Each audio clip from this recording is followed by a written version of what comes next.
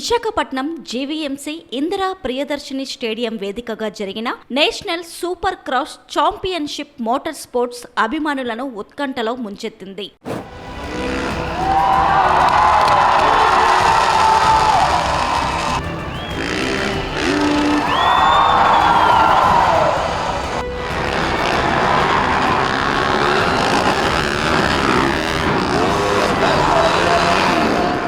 MRF, మోగ్రిప్, ఎఫ్ఎంఎస్సీఐ ఆధ్వర్యంలో ఉమ్మడి తెలుగు రాష్ట్రాల చరిత్రలో తొలిసారిగా నిర్వహించిన ఈ సీజన్ క్లైమాక్స్ రేసులు విశాఖ నగరానికి ప్రత్యేక ఆకర్షణగా నిలిచాయి. ఫైనల్స్ కు చేరిన రైడర్లు తమ సత్తా ఏంటో చూపించడంతో స్టేడియం మొత్తం ఉత్సాహంతో మారుమోగిపోయింది.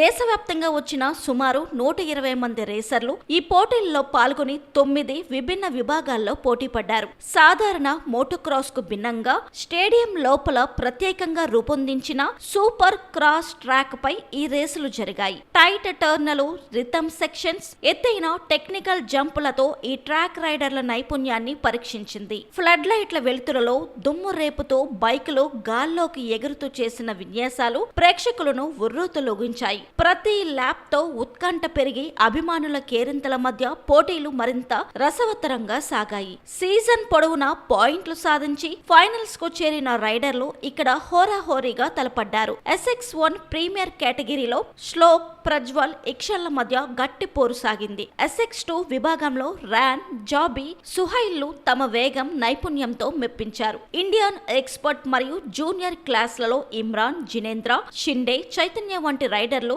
అద్భుత ప్రదర్శనతో ప్రేక్షకుల ప్రశంసలు అందుకున్నారు. SX1 ఫారిన్ ఓపెన్ క్లాస్ లో కూడా తీవ్ర స్థాయి పోటీ నెలకొంది. ఈ పోటీలకు నిర్వాహకులు ఉచిత ప్రవేశం కల్పించడంతో విశాఖ వాసులు భారీ సంఖ్యలో స్టేడియానికి తరలివచ్చారు. ఇంజన్ల మోత, బైకుల వేగం, అభిమానుల హోరాహోరీల మధ్య సూపర్ క్రాస్ ఛాంపియన్షిప్ ఘన విజయంతో ముగిసింది. మొత్తానికి విశాఖ వేదికగా జరిగిన national super cross championship motor sports కు కొత్త ఊపినిచ్చిందని చెప్పవచ్చు.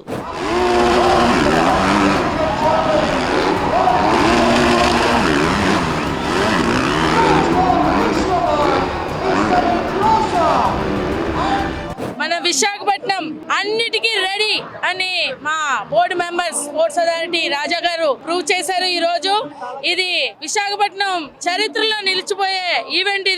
దీన్ని అందరూ ప్రతి ఒక్కరు హర్షిస్తున్నారు. ఇక్కడికి వచ్చిన వాళ్ళు ఈ ఏర్పాట్లు మాత్రం సింపుల్ గా చేశారు, చాలా అద్భుతంగా చేశారు. ఇటువంటి ఈవెంట్ విశాఖపట్నంలో, ఆంధ్రప్రదేశ్ లో మొట్టమొదటిసారిగా తీసుకొచ్చిన మా రాజా గారికి, వారి కుమారుడు రాహుల్ కి ఆశీర్వాదము, కంగ్రాచులేషన్స్ చెప్తూ విశాఖ ప్రజలకు ప్రతి ఒక్కరు గుర్తించవలసింది ఏంటంటే విశాఖపట్నం చాలా ప్రత్యేకమైన జిల్లా. దీనిలో మనం సాధించలేదు ఏమీ లేదు.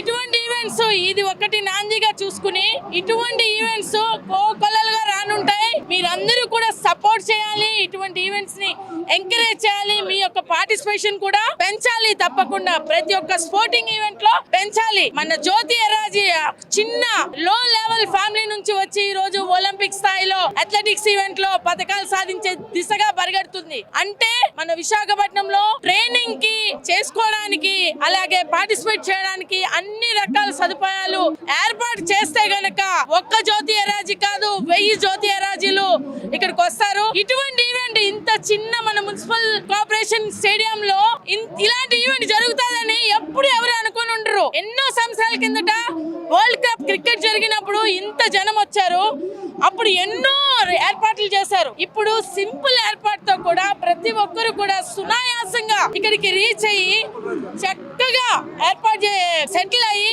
ఈవెంట్ ని ఆహ్వాదిస్తూ ఇటువంటి ఈవెంట్ ఇందిరా ప్రియదర్శిని స్టేడియం లో జరగడానికి ప్రత్యేకంగా పునాది మా రాజు తమ్ముడు, అలాగే మున్సిపల్ కార్పొరేషన్ కమిషనర్ గారికి, వారి యొక్క సపోర్ట్ కి మా జిల్లా కలెక్టర్ గారు. స్పోర్ట్స్ అంటే ఆయన నో అనే మాట ఉండదండి. అటువంటి జిల్లా కలెక్టర్ ఈ విశాఖపట్నం జిల్లాకు వచ్చాక అంచెలంచెలుగా ఎదుగుతుంది విశాఖపట్నం. అదే విధంగా మీ అందరిని పురస్కరించుకొని మన విశాఖపట్నంలో స్పోర్ట్స్ హబ్ అనేది రావాలని ప్రతి ఒక్క గేమ్ కి మంచి టీమ్స్ ఉన్నాయి. Starting from athletics, hockey, football, boxing, skating, మీరు ఏ ఈవెంట్ అనండి, వాటర్ స్పోర్ట్స్ ఏ ఈవెంట్ కైనా విశాఖపట్నం ఎప్పుడు ముందుంటది. ఇప్పటి వరకు ఎన్ని ఆంధ్ర ఆంధ్రప్రదేశ్ లో సీఎం కప్పులు జరిగాయో ప్రతి సీఎం కప్ కి ఓవరాల్ ఛాంపియన్ విశాఖపట్నం జిల్లా. అది గుర్తుంచుకుని స్పోర్ట్స్ డెవలప్మెంట్ చేసే ప్రతి ఒక్క అధికారి, దానికి సపోర్ట్ చేసే ప్రతి ఒక్క సపోర్టింగ్ ఆఫీసరు అందరూ కూడా ఒకసారి పునాదిగా పూర్తిగా పూజించుకుని మన స్పోర్ట్స్ హబ్ అన్నది విశాఖపట్నంలో రావాలి. ఇటువంటి ట్రాక్ ఏ విధంగా చేస్తే ఇంకా దీనికి 10 రెట్లు మన విశాఖపట్నం ప్రపంచ స్థాయిలో మారుమోగుతుంది అన్నది మీరు అందరూ ఒక్కసారి ఆలోచించి నిర్ణయం తీసుకోవాలని మీ అందరినీ కోరుకుంటూ ధన్యవాదాలు. Thank you.